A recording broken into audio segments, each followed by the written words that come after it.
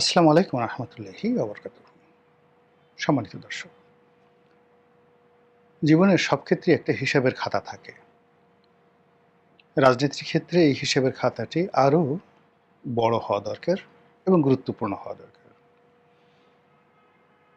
আপনারা যারা সত্যজিৎ রায়ের সে বিখ্যাত সিনেমা হীরক রাজার দেশে দেখেছেন, সেখানে দেখবেন যে একটা পাগলা রাজা, তারও একজন সভা পণ্ডিত থাকে,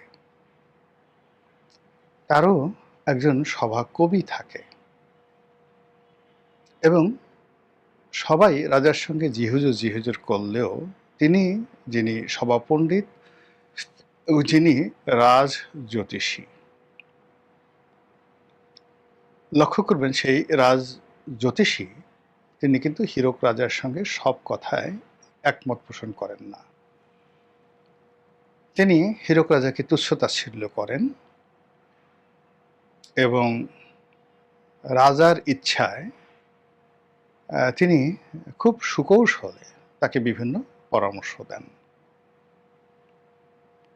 যেটি শিক্ষামন্ত্রী, যেটি অন্য যে সকল যুদ্ধমন্ত্রী, পুলিশ মন্ত্রী রয়েছেন, তারা ঠিক ওইভাবে রাজ পণ্ডিত বা রাজার যে সভা পণ্ডিত, রাজ জ্যোতিষী, তার মতো ওইভাবে বলতে পারেন না। তো ওই যে রাজ জ্যোতিষী, তার সামনে দেখবেন একটা বিরাট খাতা আছে এবং সেই খাতা নিয়ে সে সারাক্ষণ ব্যস্ত থাকে। জটিল সারাদিন গণনা করে কিভাবে রাষ্ট্র চলবে, কিভাবে রাজার ভাগ্য নির্ধারণ হবে, কিভাবে রাজার কোষ্ঠী নির্ধারণ হবে।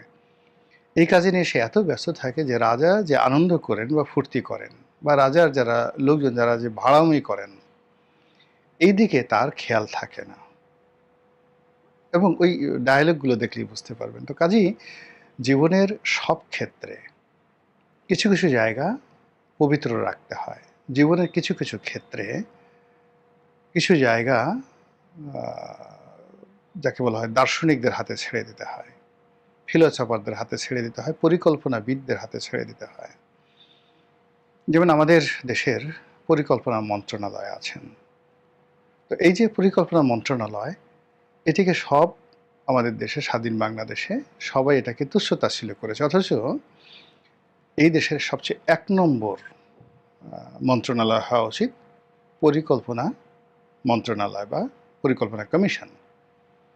কিন্তু সেটি আমাদের দেশে হয় না। এটিকে অর্থমন্ত্রীর সাথে বা অর্থ মন্ত্রণালয়ের সঙ্গে একত্র করে দেওয়া হয় এবং এখানে যাকে মন্ত্রী বানানো হয় তাকে মনে করা হয় দুর্ভাগা মন্ত্রী, তার কোনো কাজ নেই। অথচ সব কাজ কিন্তু এখান থেকেই হওয়া উচিত। আরেকটি হলো সরকারের পরিসংখ্যান বিভাগ। এই সরকারের কোথায় কি হলো বা না হলো, এটি গণনা করার জন্য সরকারের একটা বিভাগ আছে, পরিসংখ্যান ব্যুরো বা পরিসংখ্যান বিভাগ। এখানেও যারা নিয়োগ লাভ করবেন, বিশ্বের সবচেয়ে জ্ঞানী, গুণী অর্থনীতিবিদ, তাদেরকে এখানে নিয়োগ দিতে হবে। আমাদের যে পরিসংখ্যান বিভাগ কোন পর্যায়ে আছে, এটা আপনারা যদি বাস্তবে জানার চেষ্টা করেন, তাহলে দেখবেন যে আমাদের যে পতনের জন্য, সরকারের যে পতন, সেই পতনের জন্য প্রধান, প্রথম এবং প্রধান যে কারণ, সেটা হলো কোনো সরকার তার যে রাজনীতির যে মাস্টার প্ল্যান, রাষ্ট্র পরিচালনার যে মাস্টার প্ল্যান, এটা তারা করতে পারে না।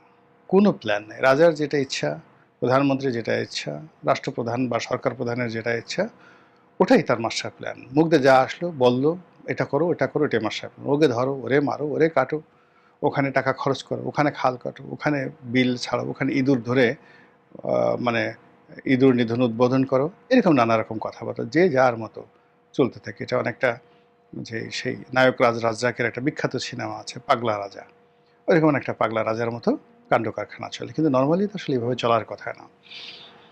তার দল পরিচালনার জন্য একটা মাস্টার প্ল্যান লাগবে, রাষ্ট্র পরিচালনার জন্য একটা মাস্টার প্ল্যান লাগবে এবং সরকার পরিচালনার জন্য একটা মাস্টার প্ল্যান লাগবে। কিন্তু যেই মুহূর্তে মানুষ ক্ষমতায় আসে, সে দল, সরকার, রাষ্ট্র তিনটিকে একত্র করে ফেলে এবং এই যে যারা মাস্টার প্ল্যান করবে, সেই মাস্টার প্ল্যানটা কারা করছে তাদেরকে হয়তো ৫ বছর ১০ বছর পরে সেই যে তার যখন ক্ষমতা চলে যায়, তখন সে জানতেও পারে না যে দেয়ার ওয়াজ এ প্ল্যানার, দেয়ার ওয়াজ এ ফিলোসোফার।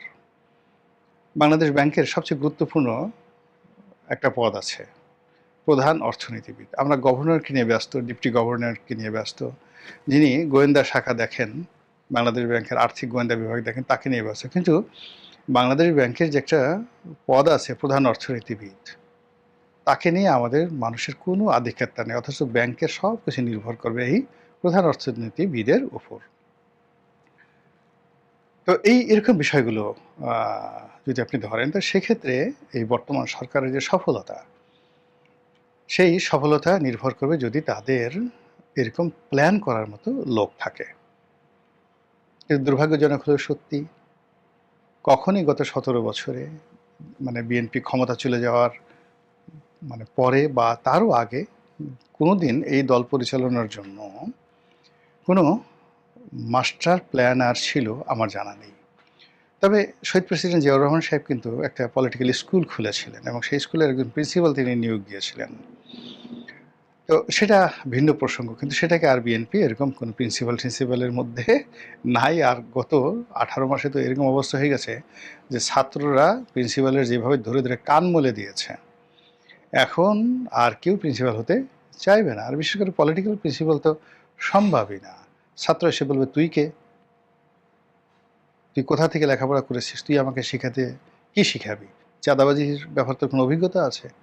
তুই জানিস আমি কত টাকা চাঁদা কালেকশন করি, কত টাকা নিজের জন্য ব্যয় করি, আমার নেতাকে কত টাকা দিই, কর্মীকে কত টাকা দিই, কোথায় কোথায় চাঁদার ভাগ যেতে হয়, কি তুই জানিস?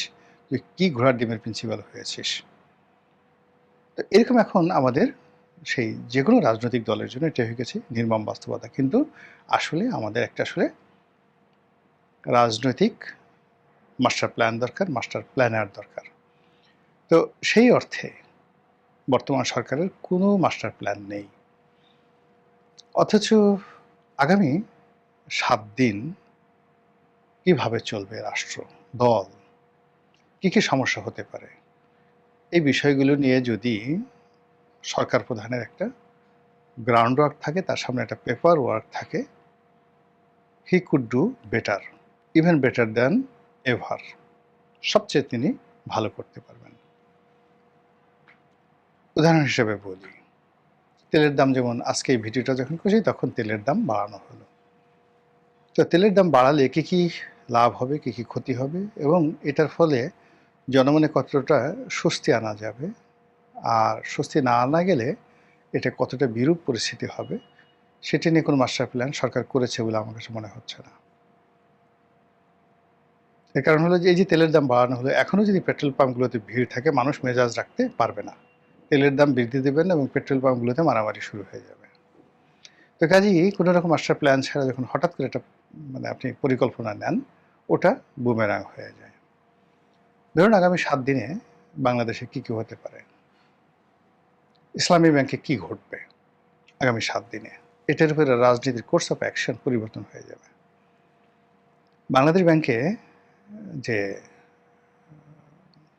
গভর্নর সাহেব আছেন, তিনি এসএলএমের যে 5টি ব্যাংক, সেই ব্যাপারে কি সিদ্ধান্ত নেবেন, আর এসএলএমের সেই 5টি ব্যাংকে এখন জামাতে যে সমস্ত লোকজন আছে এবং ইসলামী ব্যাংকে জামাতে যে সমস্ত লোকজন আছে, তারা কি সিদ্ধান্ত নেবেন, তার উপরে রাজনীতির ভবিষ্যৎ নির্ভর করবে। এবং এইগুলো মোকাবেলা করার জন্য মাস্টার প্ল্যান না নিয়ে এই ব্যাপারে যদি কেউ সিদ্ধান্ত নিয়ে থাকেন, তাহলে তারা মূলত সরকারের জন্য একটি জ্বলন্ত অঙ্গার তৈরি করে ফেলেছেন, জ্বলন্ত কয়লা।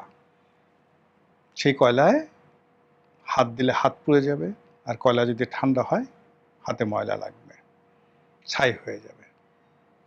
আচ্ছা, এরপরে এই যে তেল আমদানি নিয়ে সরকারের মাস্টার প্ল্যান কি, এগুলো নিয়ে যদি জনগণকে সম্পৃক্ত করা হয়, সভা সমিতি সেমিনার আয়োজন করা হয়, নাও ইটস নিড আইডিয়া।